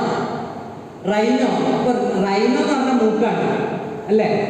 Auto rhino. റൈനോ പ്ലാസ്റ്റി എന്ന് പറഞ്ഞ മൂക്കിന്റെ സർജറി എന്ന് പറയുന്നവരാ. കണ്ടോ, നമുക്ക് എന്തൊക്കെ കണക്ട് ചെയ്യാം. അപ്പൊ ഓട്ടോ റൈനോ, ഇതിനെന്താ പറയാ? പ്രോട്ടീൻ. ഇതിനെന്തോ ഈ ഒരു ബോക്സിന് എന്തൊരു പേര് പറയില്ലേ? തൈറോയിഡ് എന്നല്ല, ലാരിങ്സ്. അപ്പൊ ഇയാളുടെ പേര്, ഡോക്ടറിന്റെ പേര് ഓട്ടോ റൈനോ ലാരിംഗോളജിസ്റ്റ്. ഓ, അതിനൊക്കെ നല്ലത് എനിക്ക് ഓട്ടോ റൈനോ ലാരിംഗോളജിസ്റ്റ്. അപ്പൊ എന്തൊക്കെ നമ്മൾ പഠിച്ചു? ഓട്ടോ എന്ന് പറഞ്ഞാൽ ചെവിയാണ്. അപ്പൊ നമുക്ക് ഒരു ചോദ്യം വരികയാണ്, ചെവിയെ കുറിച്ചിട്ടുള്ള ചെവിയുടെ ഇത് മെഷർ ചെയ്യാനുള്ള ഉപകരണം ഏതാണെന്ന് ചോദിച്ചു കഴിഞ്ഞാൽ നമുക്ക് പറയാം ഓട്ടോസ്കോപ്പ്. അതേപോലെ തന്നെ മൂക്കിന്റെ ശസ്ത്രക്രിയക്ക് എന്താ പറയാന്ന് ചോദിച്ചു കഴിഞ്ഞാൽ നമുക്ക് പറയാം റൈനോപ്ലാസ്റ്റി. കണ്ടോ, അപ്പൊ ഒരു സംഭവം നമുക്ക് കിട്ടിക്കഴിഞ്ഞാൽ അത് വെച്ച് നമുക്ക് ഒരുപാട് സാധനങ്ങൾ എന്ത് ചെയ്യാൻ പറ്റും? ഉണ്ടാക്കാൻ പറ്റും. ഇപ്പൊ നമുക്കറിയാം കാർഡിയം എന്ന് പറയുന്ന ആളുകാരാ ഹൃദയമാണ് അല്ലെ? കാർഡിയം. കാർഡിയത്തെ പൊതിയാന്നുള്ളത് എന്താ നമുക്ക് പറയാം? പുറത്തുകൂടി ഇല്ല, പുറം എന്ന അർത്ഥം വരുന്ന വാക്യതാ. ചുറ്റളവിന് എന്താ നമ്മൾ ഇംഗ്ലീഷിൽ പറയാം? പെരിനീക്ക. അതായത് പുറത്തുള്ള ആളെന്നാണ് അതിന്റെ അർത്ഥം അല്ലേ? അപ്പോ പുറത്തുള്ള ഹാർട്ടിന്റെ പുറത്തുള്ള ആവരണത്തിന് എന്തായിരിക്കും പറയാം? പുറത്ത് എന്ന് പറഞ്ഞാൽ പേരി, ഹാർട്ട് എന്ന് പറഞ്ഞാൽ കാർഡിയം, പേരി കാർഡിയം. കണ്ടോ, നമുക്ക് തന്നെ പേരിടാം. വളരെ സിമ്പിളാണ്. ഇത്രയേ ഉള്ളൂ ബയോളജിയും കെമിസ്ട്രിയും ഇതൊക്കെ പഠിക്കാൻ നമുക്ക് ഇതുപോലെ ഒരുപാട് മെത്തേഡ് ഉണ്ട്. എത്തിമോളജീസ് നിങ്ങൾക്ക് അറിഞ്ഞു കഴിഞ്ഞാൽ, അല്ലെങ്കിൽ ഇതുപോലുള്ള കാണുന്ന സാധനങ്ങൾ നിങ്ങൾ ഒബ്സർവ് ചെയ്ത് കഴിഞ്ഞാൽ നമുക്ക് എന്ത് ചെയ്യാൻ പറ്റും? വളരെ സിമ്പിളായിട്ട് പേരിടാൻ പറ്റും. റെഡിയാണോ? ടെക്നിക്കുകൾ നമുക്ക് യൂസ് ചെയ്യാൻ പറ്റും. ചില ടെക്നിക്കുകൾ ഇതേപോലെ നമുക്ക് എത്തിമോളജി വെച്ചിട്ട് കളിക്കാൻ പറ്റും. അപ്പൊ ഞങ്ങൾ പൊതുവെ കുട്ടികളെ ട്രെയിൻ ചെയ്യിപ്പിക്കുക എങ്ങനെയാണെന്ന് ചോദിച്ചു കഴിഞ്ഞാൽ, ഇങ്ങനെ നമുക്ക് ഇത്തരത്തിലുള്ള ഒബ്സർവേഷൻ സ്കില്ല് ഡെവലപ്പ് ചെയ്യാം. എങ്ങനെ നമുക്ക് വളരെ ലളിതമായിട്ട് ഗസ് ചെയ്യാൻ പറ്റും, ഇത്തരത്തിലുള്ള കളികളാണ് നമ്മൾ പൊതുവെ ചെയ്യാറ്. സത്യം, അപ്പൊ ഞാൻ പറഞ്ഞത് സത്യമാണ്. അപ്പോ ഇത്തരത്തിലുള്ള കാര്യങ്ങൾ നമുക്ക് ചെയ്യാൻ പറ്റും. അപ്പൊ ഇത് ഇങ്ങനെയുള്ള ട്രെയിനിങ് നടത്തുക. അതേമാതിരി എത്തിമോളജി എന്ന് പറഞ്ഞാൽ വളരെ എളുപ്പമുള്ളൊരു സംഭവമാണ്. നിങ്ങൾക്ക് ലാറ്റിൻ അറിയാമെങ്കിൽ അല്ലെങ്കിൽ ഫ്രഞ്ചിലെ ചില വേർഡ്സ് ഒക്കെ നിങ്ങൾ ഒബ്സർവ് ചെയ്ത് കഴിഞ്ഞാൽ നിങ്ങൾക്ക് പെട്ടെന്ന് പേരിടാൻ പറ്റും. ഞാൻ പറഞ്ഞു, ഒരു ബ്രാഞ്ചിനെ കിട്ടണമെങ്കിൽ ഓളജി നിൽക്കാൻ മതി അല്ലെ? അനിമൽ എന്നുള്ളതിന്റെ ലാറ്റിനാണ് സൂ. അതാണ് നമ്മൾ സൂവിൽ പോകുന്നത്. സൂ ഓളജി ഉണ്ടോ? എല്ലാത്തിനും ഓളജി. ഇനി മാനിയാസ് വന്നു കഴിഞ്ഞാൽ, മാനിയ കേട്ടിട്ടുണ്ടോ? മാനിയ, ഫോബിയ എന്നൊക്കെ കേട്ടിട്ടില്ലേ? ഫോബിയ എന്ന് പറഞ്ഞാൽ എന്താ? പേടി. വെള്ളത്തിനെ കുറിച്ചുള്ള പേടിക്ക് എന്താ നമുക്ക് പറയാൻ പറ്റുക? വെള്ളം എന്നുള്ളതിനെ പറയാ ഹൈഡ്രോ. ഫോബിയ എന്നുള്ളതിനെ, പേടി എന്നുള്ളതിന് ഫോബിയ, ഹൈഡ്രോഫോബിയ. കണ്ടോ, എത്ര പെട്ടെന്ന് നമുക്ക് പേരിട്ടുണ്ട്. ഇതേപോലത്തെ നമുക്ക് പല എത്തിമോളജീസും യൂസ് ചെയ്യാം. ഇനി ഞാൻ കുറച്ച് സ്ഥലപ്പേര് വന്ന കഥകൾ പറയാം. നിങ്ങളുടെ ബ്രെയിൻ ഒന്ന് വർക്ക് ചെയ്യാൻ വേണ്ടിയിട്ടാണ്. ചില സ്ഥലപ്പേര് വന്ന കഥകൾ പറയാം. നിങ്ങൾ ഏതാണ് സ്ഥലം എന്ന് കണ്ടുപിടിക്കണം. ഓക്കെ, ഈ ഒരു സ്ഥലത്തിന്, ഇന്ത്യയിലെ ഈ ഒരു സ്ഥലത്തിന് പേര് വരാൻ കാരണം ശൂർപ്പണഖ എന്ന് കേട്ടിട്ടുണ്ട്. നിങ്ങൾ ആരെങ്കിലൊക്കെ വിളിച്ചിട്ടുണ്ടായിരിക്കല്ലേ ശൂർപ്പണഖ? ശൂർപ്പണഖയ്ക്ക് ലക്ഷ്മണൻ അരിഞ്ഞു വീഴ്ത്തിയത് ഇവിടെയാണ്. അതുകൊണ്ടാണ് ഈ സ്ഥലത്തിന്, ഈ ഇന്ത്യയിലെ ഈ സ്ഥലത്തിന് ഈ പേര് വന്നത്. ഈ ലക്ഷ്മണൻ ശൂർപ്പണഖയുടെ മൂക്ക് അരിഞ്ഞു വീഴ്ത്തിയ സ്ഥലമായതുകൊണ്ടാണ് ഈ സ്ഥലത്തിന് പേര് വന്നത്. അപ്പൊ നിങ്ങളൊന്ന് ആലോചിച്ച് നോക്ക്, മൂക്ക് അരിഞ്ഞു വീഴ്ത്തിയ സ്ഥലം. മൂക്കിനെ വേറെ ഭാഷകളിലേക്ക് ട്രാൻസ്ലേറ്റ് ചെയ്ത് നോക്കുക, എന്തെങ്കിലുമൊക്കെ കിട്ടുന്നുണ്ടോ നോക്കുക. ഒന്ന് ആലോചിക്കുക, തല പുകയട്ടെ, പുകഞ്ഞിങ്ങനെ പുക വരുന്നത് എനിക്ക് കാണണം. മൂക്ക് അരിഞ്ഞു വീഴും. മൂക്കിന് എന്താ പറയാ? ആർക്കെങ്കിലും ഉത്തരം കിട്ടിയോ? ഇല്ല. മൂക്കിന് വേറെ നാക്കൂരല്ല. നാക്ക് എന്ന് പറഞ്ഞാൽ ഹിന്ദിയിൽ മൂക്കാണ് അല്ലേ? ഓ എന്തൊരു കഷ്ട, മലയാളത്തിലെ നാക്കും ഹിന്ദിയിലെ മൂക്കും. നാക്കൂരിന് പേരിരിക്കുന്നത് നാഗെന്നാണ്, നാഗങ്ങളിൽ നിന്നാണ് നാക്കൂർ പേര് അല്ല. എന്താ മൂക്കിന് മലയാളത്തിൽ പറയുന്നത്? മൂക്ക് അതല്ലേ, വേറെ പര്യായം. വളരെ സിമ്പിളായിട്ട് നമ്മൾ പറയുന്ന പര്യായം അത് ഹിന്ദിയിലും ഉപയോഗിക്കാറുണ്ട്. ചേടാ, മൂക്കിന് എന്താ പറയാ? കേട്ടിട്ടില്ല? ആരും കേട്ടിട്ടില്ല? നാസ്തിക ദ്വാരം നമുക്ക് കേട്ടിട്ടുണ്ടോ? നോസ്പിൽ, നാസ്തിക. ഏതാ സ്ഥലം? നാസ്തിക് ഉണ്ടോ? നാസ്തിക, നാസ്തിക്. ഇത്രയുള്ളൂ പരിപാടി, വളരെ സിമ്പിളാണ്. ഇതേപോലെ നമ്മൾ ബ്രെയിനിൽ ഇങ്ങനെ എക്സസൈസ് ചെയ്തുകൊണ്ടേയിരിക്കണം. കാരണം നമ്മൾക്ക് കോച്ചിങ് കിട്ടുമ്പോഴാണ്, അല്ലെങ്കിൽ നമ്മളിങ്ങനെ എക്സസൈസ് ചെയ്തുകൊണ്ടിരിക്കുമ്പോഴാണ് നമ്മുടെ മെന്റൽ ഗ്രോത്ത് ഉണ്ടാവുന്നത്. അല്ലെങ്കിൽ എന്താ പ്രശ്നം എന്ന് ചോദിച്ചു കഴിഞ്ഞാൽ, നിങ്ങളിത് ഇങ്ങനെ കാണാപ്പാടം പഠിക്കാൻ ശ്രമിക്കും, ഏതെങ്കിലും ഒരു ഭാഗം വിട്ടുപോയി കഴിഞ്ഞാൽ സാധനം കയ്യിൽ നിന്ന് പോകും.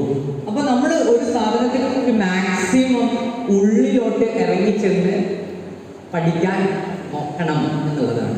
എൻട്രൻസിൽ ചോദിക്കാൻ സാധ്യതയുള്ള ഒരു ക്വസ്റ്റ്യൻ ആണ് ഈ ഒരു മസിലിന്റെ പേരെന്താണെന്നറിയാം? ഈ മസിൽ, അതായത് ഇതാണ് ഫീമർ അല്ലേ? ഫീമർ എന്നാണ് പേര്. പക്ഷെ ഏറ്റവും നീളം കൂടിയ മസിൽ ഈ മസിലാണ്. ഇതിന്റെ പേരെന്താണെന്നറിയാം?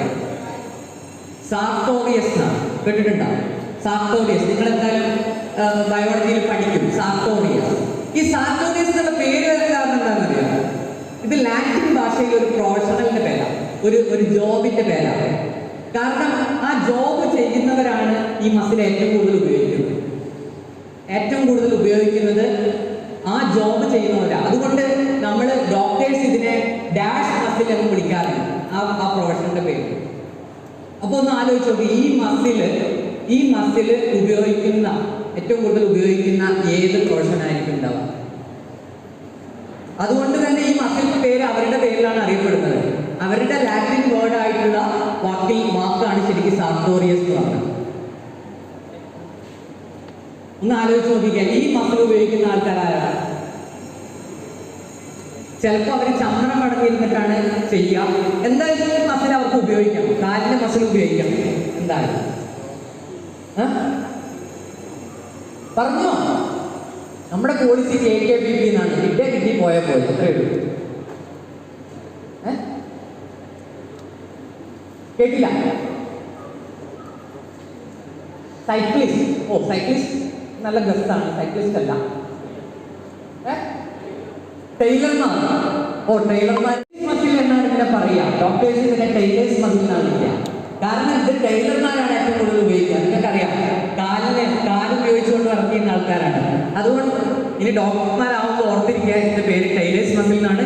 ഇതിന് പേര് വന്നിരിക്കുന്നത് ഇലർ എന്നുള്ള ലാറ്റിൻ വാക്കായ സാർട്ടോറിയസ് എന്നാണ്. അങ്ങനെ ഓരോ സാധനത്തിനും പിന്നിലും വിധ്വംസകരമായ കഥകളുണ്ട്. അത് നമ്മൾ അറിയുന്നില്ല എന്നുള്ളതാണ് സത്യം. അത് നമ്മൾ അറിയാൻ ശ്രമിക്കുമ്പോഴാണ് നിങ്ങളുടെ ലേണിംഗ് എന്നുള്ള പ്രോസസ്സ് വളരെ എളുപ്പമാവാം. മറ്റത് നിങ്ങൾ എന്താ ചെയ്യുക? ഒരു പുസ്തകം മൊത്തം നിങ്ങൾ കാണാതെ പഠിക്കാൻ ശ്രമിക്കും. വളരെ സിമ്പിൾ ആയിട്ടുള്ള ചോദ്യം ചോദിക്കാം. ദൃശ്യത്തിൽ മോഹൻലാലിന്റെ പേരെന്താ? ജോർജ് കുട്ടി. എന്നാണ് അവർ ധ്യാനത്തിന് പോയത്?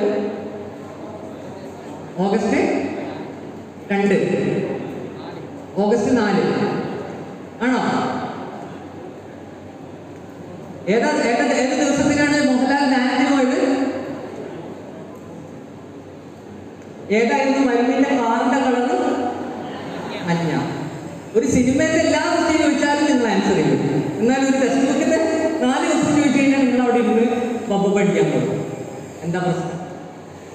ഒരു കളിക്കുടുക്ക അല്ലെങ്കിൽ ഒരു ബാലകണ്ണം നിങ്ങൾക്ക് തരുന്നു. നിങ്ങളോട് ഫുൾ കഥ വായിച്ചിട്ട് ഞാൻ ഒരു 5-6 ചോദ്യം ചോദിച്ചു കഴിഞ്ഞാൽ നിങ്ങൾ ഫുള്ള് ശരിയാക്കിയിരിക്കുക. അല്ലെങ്കിൽ ഒരു സിനിമ ഫുള്ള് കാണിച്ച് ഞാൻ അതിൽ നിന്ന് ഒരു 4-5 ചോദ്യം ചോദിച്ചാൽ നിങ്ങൾ ഫുള്ള് ശരിയാക്കുക. എനിക്കറിയാം. ഒരു ഫുട്ബോൾ മാച്ച് ഫുള്ള് ഞാൻ കാണിച്ചു തരുന്നു. ആർക്ക് പാസ് കൊടുത്തു എന്നുള്ള കൃത്യം ടൈം അടക്കം നിങ്ങൾ എനിക്ക് പറഞ്ഞു തരും അല്ലേ? പക്ഷെ ഒരു ടെക്സ്റ്റ് ബുക്കിൽ നിന്ന് 4 ചോദ്യം ചോദിച്ചു കഴിഞ്ഞാൽ നമ്മൾക്ക് ഉത്തരം പറയാൻ പറ്റില്ല. എന്തുകൊണ്ടാ? ഇൻട്രസ്റ്റിന്റെ പ്രശ്നം തന്നെയാണ്. ഇൻട്രസ്റ്റിന്റെ പ്രശ്നമാണ്. കാരണം നമുക്ക് ഇൻട്രസ്റ്റ് ഉള്ള കാര്യങ്ങൾ നമ്മൾ കൂടുതൽ പഠിക്കുള്ളൂ. അപ്പൊ നമ്മൾ ചെയ്യേണ്ട പരിപാടി ടെക്സ്റ്റ് ബുക്ക് വളരെ ഡ്രൈ ആണ് അല്ലേ? ടെക്സ്റ്റ് ബുക്ക് വളരെ ഡ്രൈ ആണ്. അത് വായിച്ചു കഴിഞ്ഞാൽ നമുക്കൊരു താല്പര്യം തോന്നാൻ സാധ്യതയില്ല. പക്ഷെ നമ്മുടെ ലേണിംഗ് സ്ട്രാറ്റജി അതിനനുസരിച്ച് മാറ്റിയാൽ മതി. ലേണിംഗ് സ്ട്രാറ്റജി മാറ്റുക. ഇതേപോലെയുള്ള രസകരമായ വഴികളിലൂടെ നിങ്ങൾക്ക് എന്ത് ചെയ്യാൻ പറ്റും? പഠിക്കാൻ പറ്റും. അങ്ങനത്തെ ലേണിംഗ് സ്ട്രാറ്റജി ആയി കഴിഞ്ഞാൽ നിങ്ങൾക്ക് ഒരു മടുപ്പും വരില്ല. അപ്പൊ നിങ്ങൾ കാര്യങ്ങൾ കൂടുതൽ അറിയാൻ വേണ്ടിയിട്ട് എന്ത് ചെയ്യണം? ശ്രമിക്കണം. ഞാനൊരു ചോദ്യം ചോദിക്കാം, വളരെ സിമ്പിൾ ആയിട്ടുള്ള ഒരു ചോദ്യം. നിങ്ങളെല്ലാവരും ഫുഡ് ലവേഴ്സ് അല്ലേ? ഫുഡ് കഴിക്കൂലേ? അതെന്തായാലും ഉണ്ടല്ലോ അല്ലേ? എനിക്ക് കിട്ടേണ്ടത് ഒരു ഫുഡ് ഐറ്റമാണ്. ഒരു ഫുഡ് ഐറ്റത്തിന് പേര് ഒരു നേരം. ഏതാണ് ഫുഡ് ഐറ്റം എന്ന് നിങ്ങൾ പറയണം. നിങ്ങൾ ഛത്രപതി ശിവജി എന്ന് കേട്ടിട്ടില്ല? ഛത്രപതി ശിവജി ഒരു കിങ് ആയിരുന്നു. ആരായിരുന്നു? മറാത്ത കിങ്ങാണ് ഛത്രപതി ശിവജി. അദ്ദേഹത്തിന് ഒരു മകനുണ്ട്. ആ മകൻ ഒരു ദിവസം അദ്ദേഹത്തിന്റെ കൊട്ടാരത്തിലെ പാചകക്കാരൻ പുറത്തു പോയപ്പോ ഈ മകൻ എന്ത് ചെയ്തു? നേരെ അടുക്കള കയറി. നമ്മൾ പിന്നെ ആ വഴിക്ക് പോകില്ല. ഇയാൾ എന്ത് ചെയ്തു? അടുക്കളയിൽ മെല്ലെ കയറി. എന്നിട്ട് അദ്ദേഹം അവിടെ കണ്ട പരിപ്പ് ഉപയോഗിച്ചിട്ടൊരു ഡിഷ് ഉണ്ടാക്കി. എന്നിട്ട് ഡിഷ് ഉണ്ടാക്കി അതെല്ലാവർക്കും ഇഷ്ടപ്പെട്ടു. പിന്നീട് അത് സൗത്ത് ഇന്ത്യയിൽ വളരെ പോപ്പുലറായി. അദ്ദേഹത്തിന്റെ പേരിലാണ് ഈ ഡിഷ് നമ്മൾ അറിയപ്പെടുന്നത്. അദ്ദേഹത്തിന്റെ പേരിൽ നിന്ന് ചെറിയൊരു വ്യത്യാസത്തിലാണ് ഈ ഒരു ഡിഷ് അറിയപ്പെടുന്നത്. സാമ്പാറാണ്. അപ്പൊ ഇയാളുടെ പേരെന്താ? സാമ്പാർ ശിവാജി. കൊള്ളാം. ആണോ? സാമ്പാർ ശിവാജി. പക്ഷെ അതല്ല correct answer. This is Sambar and Sambhaji. ശിവജിയുടെ മകനാണ് സാമ്പാജി. ആൻഡ് സാമ്പാജി ഉണ്ടാക്കിയത് കൊണ്ടാണ് സാമ്പാറിന് ആ പേര് വന്നത്. കേട്ടോ? നമ്മൾ നിത്യ ജീവിതത്തിൽ കാണുന്ന പല സാധനങ്ങളും നമുക്ക് അറിയില്ല എന്തിനാണ് ആ സാധനങ്ങൾ യൂസ് ചെയ്യുന്നത്. എല്ലാവരും ചെയ്യുന്നത് കൊണ്ട് നമ്മൾ യൂസ് ചെയ്യുന്നു. എല്ലാവരും ഇത് ചെയ്യുന്നത് കൊണ്ട് നമ്മൾ ചെയ്യുന്നു. അപ്പൊ നമുക്ക് ഏറ്റവും കൂടുതൽ വേണ്ട ഒരു സാധനം എന്താണെന്ന് ചോദിച്ചു കഴിഞ്ഞാൽ ചന്തയിൽ ഒരു വള്ളിയിട്ട് കൊടുത്താൽ മതി. ആ സാധനമാണ് നമുക്ക് ഏറ്റവും കൂടുതൽ വേണ്ടത്. എന്താണത്? ചിന്തയാണ് നമുക്ക് ഏറ്റവും കൂടുതൽ വേണ്ടത്. അതായത് നമ്മൾ തിങ്ക് ചെയ്യണം. നമ്മൾ ഏറ്റവും കൂടുതൽ ചെയ്യേണ്ടത് തിങ്ക് ചെയ്യണം. നമ്മുടെ മെന്റലി ഉള്ള പവേഴ്സൊക്കെ ബൂസ്റ്റ് ചെയ്ത് കൊണ്ടുവരണം. അപ്പൊ നമ്മൾ കുറേ എക്സാമ്പിൾസ് പറഞ്ഞു അല്ലേ? ചിലത് പേരുകൾ വെച്ച് നമുക്ക് ക്രാക്ക് ചെയ്യാം. ചില പേരുകൾ, ചില രാജ്യങ്ങൾ വെച്ചിട്ട് നമുക്ക് ക്രാക്ക് ചെയ്യാം. ചില സാധനത്തിനെ ചുരുക്കി കഴിഞ്ഞാൽ ക്രാക്ക് ചെയ്യാൻ പറ്റും. നേരത്തെ പറഞ്ഞ JCB ഒരു ചോദ്യമാണ്. ചില ചോദ്യങ്ങളെ ചുരുക്കി കഴിഞ്ഞാൽ നമുക്ക് ആൻസർ കിട്ടും. അതിനൊരു ഉദാഹരണം ഞാൻ പറഞ്ഞുതരാം. Do communication through your mobile network എന്നുള്ളത് എന്തിൻ്റെ മോട്ടോയാണ് എന്ന് ചോദിച്ചാൽ നിങ്ങൾ എന്ത് പറയും? Do communication through your mobile network എന്നുള്ളൊരു ചോദ്യം ചോദിക്കുന്നു. എന്തിൻ്റെ മോട്ടോയാണ്? ഡോ കോ. അത് കൊമെന്ന് പറയാൻ കാരണം ഡൂവിൻ്റെ ഡോ, കമ്മ്യൂണിക്കേഷൻ്റെ CO, മൊബൈലിൻ്റെ MO. അങ്ങനെയാണ് .com എന്ന് കിട്ടിയത്. അത് തന്നെയാണ്. കണ്ടോ? ചില സാധനങ്ങൾ ചുരുക്കിയാൽ പെട്ടെന്ന് കിട്ടും. അതുപോലെ അഡോൾഫ് ഡാസ്ലർ ഉണ്ടാക്കി ഇനി ഏതാണെന്ന് ഇത് പറയും? അഡിഡാസ്. അഡോൾഫിൻ്റെ അഡു, ഡാസിൻ്റെ ഡാസ്. കണ്ടോ? ഇതേപോലെ പല സാധനങ്ങളും ചുരുക്കിയാൽ പേര് കിട്ടും. ചില സാധനങ്ങൾ വലിച്ചു നീട്ടി പേര് കിട്ടും. അങ്ങനത്തെ സാധനങ്ങൾ. ഉദാഹരണത്തിന് KP ഓൺ ചെയ്യുന്നത് ആരാണെന്ന് ചോദിച്ചു കഴിഞ്ഞാൽ എന്ത് പറയും? KP ബോട്ട് എന്ന് പറയുന്ന റോബോട്ടിനെ ഓൺ ചെയ്യുന്ന സംഘടന ഏതാണ് എന്ന് ചോദിച്ചു കഴിഞ്ഞാൽ നിങ്ങൾ എന്ത് പറയും? അതിനെ എക്സ്പാൻഡ് ചെയ്യാണ് വേണ്ടത്. KPനെ നമ്മൾ എങ്ങനെ എക്സ്പാൻഡ് ചെയ്യാം? പെറികളൊന്നും വിളിക്കരുത്. KPനെ നമ്മളെന്താ, KP എന്ന് കേട്ടാൽ നിങ്ങളുടെ മനസ്സിലോട്ട് ഓടിയെത്തുന്ന ആദ്യത്തെ സാധനം എന്താ? കേരള പോലീസ്. സോ KP എന്നുള്ളത് കേരള പോലീസാണ്. അപ്പൊ ഇങ്ങനെ വലിച്ചു നീട്ടി കഴിഞ്ഞാൽ ചില സാധനം കിട്ടും. ചിലത് പേര് വെച്ച് നമുക്ക് ക്രാക്ക് ചെയ്യാൻ പറ്റും, ചിലത് സിമ്പിൾസ് വെച്ച് ക്രാക്ക് ചെയ്യാൻ പറ്റും, ചിലത് ടൈം വെച്ച് ക്രാക്ക് ചെയ്യാൻ പറ്റും, ടൈം പീരീഡ് വെച്ച് ക്രാക്ക് ചെയ്യാൻ പറ്റും. ഇങ്ങനെ ക്രാക്ക് ചെയ്യാനുള്ള പല സാധ്യതകളും നമ്മുടെ അടുത്ത് ഉണ്ട് എന്നുള്ളതാണ് ഇതാണ് ഒരു ടെക്നിക്ക്. ഇനി നിങ്ങൾ ഒരു കാര്യങ്ങൾ എങ്ങനെ പഠിക്കണം എന്നുള്ളത് നമുക്ക് അടുത്ത് നോക്കാം. ഒരു കാര്യം എങ്ങനെ നമുക്ക് പഠിക്കാൻ പറ്റും. അതിന് ഏറ്റവും നല്ലൊരു ടൂളായിട്ട് ഞാൻ പറയുന്നത് മൈൻഡ് മാപ്പ് എന്ന് പറയുന്ന സാധനമാണ്. നിങ്ങൾ കേട്ടിട്ടുണ്ടോ മൈൻഡ് മാപ്പ്? ആരെങ്കിലും യൂസ് ചെയ്യാറുണ്ടോ മൈൻഡ് മാപ്പ്? ആരെങ്കിലും? ഒരാൾ യൂസ് ചെയ്യാറുണ്ട് മൈൻഡ് മാപ്പ്, 2 ആൾ യൂസ് ചെയ്യാറുണ്ട്. ഓക്കെ, അപ്പോൾ എല്ലാവരും മാക്സിമം യൂസ് ചെയ്യേണ്ട ഒരു ടൂളാണ് മൈൻഡ് മാപ്പ്. കാരണം എന്താണെന്ന് ചോദിച്ചു കഴിഞ്ഞാൽ നിങ്ങൾക്ക് +1 +2 സിലബസിൽ എത്ര പാഠമുണ്ടെന്ന് അറിയാം? അറ്റ്ലീസ്റ്റ് എത്ര പാഠമുണ്ട് +1 +2 ടോട്ടലായിട്ട്? ആരെങ്കിലും പുസ്തകമൊക്കെ മറിച്ച് നോക്കിയിരുന്നോ? ഇല്ല, നമ്മൾ അങ്ങനത്തെ തെറ്റുകളൊന്നും ചെയ്യാറില്ല.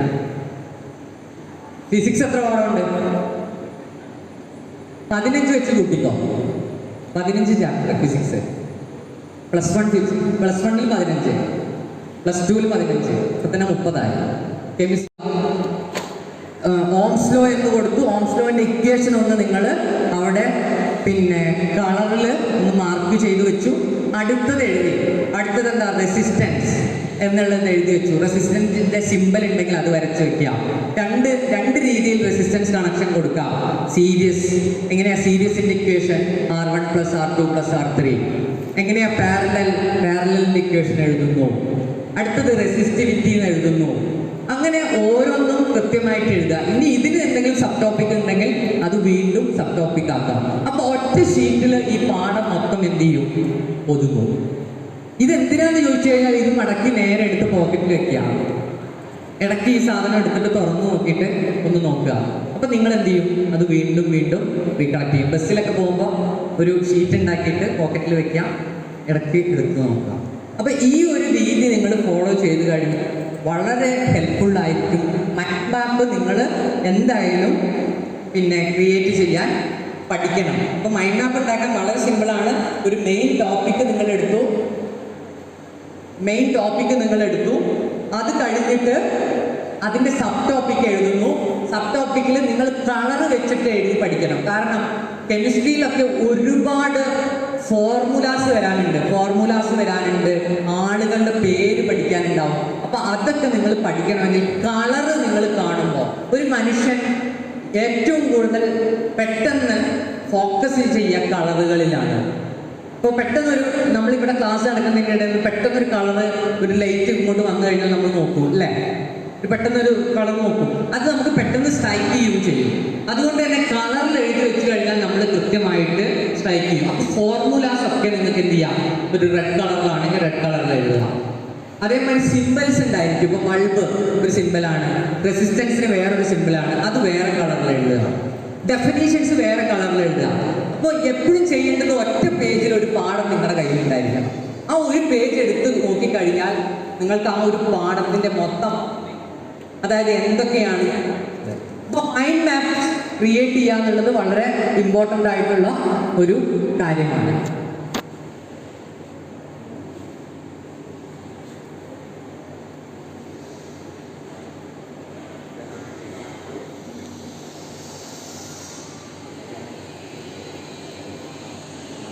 ഓക്കെ, ഇത് നമ്മൾ നേരത്തെ ചോദിച്ച ചോദ്യമാണ്. ഇത് കുറച്ച് ഡിലേ ആയതുകൊണ്ടാണ് ഞാൻ ഈ സെക്ഷനൊക്കെ എടുത്ത് കഴിഞ്ഞതാണ്. നമുക്ക് കുറച്ച് ചോദ്യങ്ങളിലേക്ക് കടന്നു നോക്കാം. ഇത് ഞാൻ ഓൾറെഡി ഡിസ്കസ് ചെയ്തതാണ്. That scientist was the first person to receive Nobel prize in the field of chemistry എന്നുള്ളത്. ഇതൊക്കെ ഡിഫറെൻറ്റ് വാൻമാരുടെ പേരൊക്കെ നമ്മൾ പറഞ്ഞു. Van Gogh, Antonie van Leeuwenhoek, van Virgil, Virgil van Dijk, ഇവരുടെയൊക്കെ പേര് നമ്മൾ പറഞ്ഞിരുന്നു. അടുത്ത ഒരു ചോദ്യം, ഈ ലോഗോ നിങ്ങൾ കണ്ടിട്ടുണ്ടോ? കാണാണ്ടോ ലോഗോ?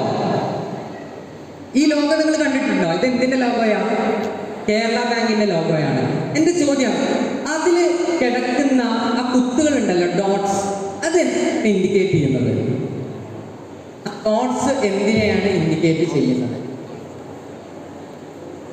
Any guess? ആ ഡോട്ട്സ് എന്തിനെയാണ് ഇൻഡിക്കേറ്റ് ചെയ്യുന്നത്? നിങ്ങളുടെ ഒബ്സർവേഷൻ ഒന്ന് ചെക്ക് ചെയ്തിട്ട്. ജില്ലകൾ. വൈ ജില്ല? 14 കുത്തുകളുണ്ട് അതിൽ, അതുകൊണ്ട് 14 ജില്ലയാണെന്ന്. മിടുക്കൻ. അത് തന്നെയാണ് ആൻസർ. ഒരു കയ്യടിയൊക്കെ കൊടുക്കാൻ കേട്ടോ. അപ്പോ ഇതാണ് നമ്മുടെ ഒബ്സർവേഷൻ. നമ്മൾ എത്രയോ തവണ കേരള ബാങ്കിൽ പോയിട്ടുണ്ടായിരിക്കും. കേരള ബാങ്കിന്റെ ലോഗോയിൽ 1, 2, 3, 4 അതാ. ഞാൻ എനിക്ക് പണിയില്ലല്ലോ. 1, 2, 3, 4, 5, 6, 7, 8, 9, 10, 11, 12, 13, 14. ഇപ്പൊ 14 എന്നുള്ള ഒരു സംഖ്യ നിങ്ങൾക്ക് കിട്ടി. കേരള എന്നും കിട്ടിക്കഴിഞ്ഞാൽ നിങ്ങൾ എങ്ങനെയാണ് കണക്ട് ചെയ്യാം? 14 ജില്ലകൾ. വളരെ സിമ്പിൾ ആണ്. അപ്പൊ ഇതേപോലത്തെ ചില ക്ലൂസ് ക്വസ്റ്റ്യനിൽ ഒളിഞ്ഞു കിടക്കുന്നുണ്ടായിരിക്കും. നിങ്ങൾക്ക് തരുന്ന ക്വസ്റ്റ്യനിലും ഒളിഞ്ഞു കിടക്കുന്നുണ്ടായിരിക്കും. അപ്പൊ അത് ഐഡന്റിഫൈ ചെയ്ത് കഴിഞ്ഞാൽ ചിലപ്പോൾ വളരെ സിമ്പിളായിട്ട് ആൻസർ കിട്ടും. ഇങ്ങനത്തെ ട്രിക്കുകൾ കെമിസ്ട്രിയിൽ നിങ്ങൾക്ക് ഒരുപാട് ഉപയോഗിക്കാൻ പറ്റുന്ന ട്രിക്കുകളാണ്. അത് ഞാൻ മറ്റൊരു അവസരത്തിൽ എങ്ങനെയാണ് ഇത് കെമിസ്ട്രിയിലും ഫിസിക്സിലും ഒക്കെ ഉപയോഗിക്കുക എന്നുള്ളത് ഞാൻ പറഞ്ഞു തരാം. ഇപ്പോൾ ബയോളജിയിൽ ഉപയോഗിക്കുന്ന കുറച്ച് ട്രിക്കുകൾ പറഞ്ഞാൽ പേരുകൾ വെച്ചിട്ട്. ഇനി കെമിസ്ട്രിയിലും ഫിസിക്സിലൊക്കെ എങ്ങനെ ഉപയോഗിക്കുക എന്നുള്ളത് ഞാൻ വേറൊരു ക്ലാസ് പറയാൻ ഇന്ന് സമയമില്ല. ഇത് ഒരു സംസ്ഥാനത്തിൻ്റെ ലോഗോയാണ്. Which state of India? Anyone? Why Arunachal Pradesh? Okay. മിടുക്കി. നല്ലൊരു കൈയ്യടി കൊടുത്തേ. ഇത് അരുണാചൽ പ്രദേശിന്റെ ലോഗോയാണ് എന്ന് നിങ്ങൾക്ക് അറിയില്ലെങ്കിലും നിങ്ങൾക്ക് ഉത്തരത്തിലെത്താം. എങ്ങനെയാണെന്നറിയാം? ഇവിടെ എന്താ ആദ്യം കാണുന്നത്? സൂര്യനാണ്. സൂര്യൻ ഉദിച്ചു വരുന്നു. എവിടെയാ സൂര്യൻ ആദ്യം ഉദിച്ചു വരിക? കിഴക്കാണ്.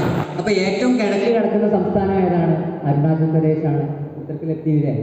നമ്മുടെ കോമൺ സെൻസ് ഉപയോഗിച്ചാൽ മതി. ഒന്നും വേണ്ട. സൂര്യൻ എന്ന് പറഞ്ഞു കഴിഞ്ഞാൽ അതാരാ? അരുണനാണ് അല്ലേ? സൂര്യൻ അരുണനാണ് അല്ലേ? ഇനി ഒരു പിക്ചറിൽ നിന്ന് തന്നെ നിങ്ങൾക്ക് തൗസൻഡ്സ് ഓഫ് കാര്യങ്ങൾ പഠിക്കാൻ പറ്റും. ഇപ്പൊ ഞാൻ പറഞ്ഞു അരുണാചൽ പ്രദേശ് എന്ന് പറയുന്നത് ലാൻഡ് ഓഫ് റൈസിംഗ് സൺ ആണ്. അരുണാചൽ പ്രദേശ് ഏറ്റവും കിഴക്ക് കിടക്കുന്ന സംസ്ഥാനമാണെന്ന് പറഞ്ഞു. അരുണൻ എന്ന് പറഞ്ഞു കഴിഞ്ഞാൽ മലയാളത്തിൽ സൂര്യനാണെന്ന് പറഞ്ഞു. ഇവിടെ 2 വേഴാമ്പൽ കാണുന്നുണ്ട്. എന്താണ് വേഴാമ്പലിന്റെ അർത്ഥം? അവരുടെ സ്റ്റേറ്റ് ബേർഡ് വേഴാമ്പലാണെന്ന്. അപ്പോൾ കേരളത്തെ കൂടാതെ സ്റ്റേറ്റ് ബേർഡ് മലമുഴക്കി വേഴാമ്പലുള്ള ഒരു സംസ്ഥാനമാണ് അരുണാചൽ പ്രദേശ് എന്ന് പഠിച്ചു. അതേപോലെ ഇവിടെ ഒരു ബുള്ളിനെ കാണാൻ പറ്റുന്നുണ്ട്. ഈ ബുള്ളിന്റെ പേരെന്താണെന്നറിയോ? ഈ ബുള്ളിന്റെ പേര് മിഥുൻ എന്നാണ്. ഏതെങ്കിലും മിഥുൻ ഉണ്ട് അവിടെ? ഇല്ല. ഭാഗ്യം. തല്ലിട്ടാതെ രക്ഷപ്പെട്ടു. എൻ്റെ അനിയൻ്റെ പേര് മിഥുൻ എന്നാണ്. മിഥുൻ എന്ന് പറഞ്ഞാൽ ശരിക്കൊരു കാളയാണ്. ഞാൻ അവനെപ്പോഴും കളിയാക്കുന്ന ഒരു കാര്യമാണ്. അപ്പോൾ ഇത്രയും കാര്യങ്ങൾ നിങ്ങൾ ഒരൊറ്റ പിക്ചറിൽ നിന്ന് പഠിക്കുകയാണ്. അപ്പോൾ ടെക്സ്റ്റ് ബുക്കിലുള്ള ഒരു പിക്ചറിൽ നിന്ന് നിങ്ങൾക്ക് എത്രയോ കാര്യം പഠിക്കാം. ഒന്നും വേണ്ട. ഇന്ന് രാവിലെ നിങ്ങൾ ഇവിടെ വന്നതല്ലേ? എത്ര മണിക്ക് നിങ്ങൾ ഇവിടെ എത്തി? 8:30. എന്നിട്ട് നിങ്ങൾ ഈ ആളുകളുടെ പേരുകളൊന്ന് വായിച്ചോ? ഇതിൽ ബീർബൽ സായിനി എന്ന് പറഞ്ഞ ഒരാളുണ്ട്. ഇതിൽ നിന്ന് എത്ര എൻട്രൻസ് ക്വസ്റ്റ്യൻ വന്നിട്ടുണ്ടെന്ന് അറിയോ? ഉണ്ടോ? ബീർബൽ സാഹിനി എന്ന് പറഞ്ഞ ആളുണ്ട്. ബീർബൽ സാഹിനി നിൽക്കുന്നു. സാഹിനി പാലിയോ ബൊട്ടാനിസ്റ്റ് ആണ്. പാലിയോ ബൊട്ടാനിസ്റ്റ് ആണ് കേട്ടോ. അതിൽ എഴുതിയിട്ടുണ്ടാവും പാലിയോ ബൊട്ടാനിസ്റ്റ്. ഫോസിൽ. ഇദ്ദേഹമാണ് ഫാദർ ഓഫ് പാലിയോളജി എന്ന് പറയുന്നത്. അപ്പോൾ ഇതൊരു എൻട്രൻസ് ക്വസ്റ്റ്യൻ ആയിരുന്നു. ഒരു തവണ ചോദിച്ച ക്വസ്റ്റ്യനാണ് ബീർബൽ സാഹിനി. ഇത് നിങ്ങൾ ടെക്സ്റ്റ് ബുക്കിൽ പറയുന്നില്ല. ടെക്സ്റ്റ് ബുക്കിൽ നിങ്ങൾക്ക് ഇരിക്കാനുള്ള പാഠത്തിൽ പറയുന്നില്ല. പക്ഷേ നിങ്ങൾ +2 ബുക്ക് എടുത്തു കഴിഞ്ഞാൽ അതിൻ്റെ ഓരോ പാഠത്തിൻ്റെയും മുമ്പിൽ ഓരോ സയൻറ്റിസ്റ്റിനെ കുറിച്ച് പറയുന്നുണ്ട്. അതിൻ്റെ ഉള്ളിൽ നിന്നാണ് എൻട്രൻസിന് ചോദ്യം ചോദിച്ചത്. അപ്പൊ നിങ്ങൾ ടെക്സ്റ്റ് ബുക്ക് ടെക്സ്റ്റ് ബുക്കിലുള്ള എല്ലാ കാര്യങ്ങളും പഠിക്കണം. ഇപ്പൊ ബീർബൽ സാഹിനി അങ്ങനെ ചോദിച്ച ഒരു ചോദ്യമാണ്. അതേമാതിരി അവിടെ സുഭാഷ് ചന്ദ്ര മുഖോപാധ്യായ എന്ന് പറഞ്ഞ ഒരാളുണ്ട്, ഒരു ബംഗാളി ആളാണ്. അദ്ദേഹമാണ് ടെസ്റ്റ് ട്യൂബ് ബേബിയെ ആദ്യമായിട്ട് ഉണ്ടാക്കിയത്. ടെസ്റ്റ് ട്യൂബ് ബേബിയെ ആദ്യമായിട്ട് ഇന്ത്യയിൽ ഉണ്ടാക്കുന്ന അയാളാണ്. ആ ഒരു ചോദ്യം എൻട്രൻസ് ചോദ്യമായിരുന്നു. അപ്പൊ കണ്ടോ, ഈ ഒരു സാധനത്തിൽ നിന്ന് തന്നെ എത്ര ചോദ്യങ്ങൾ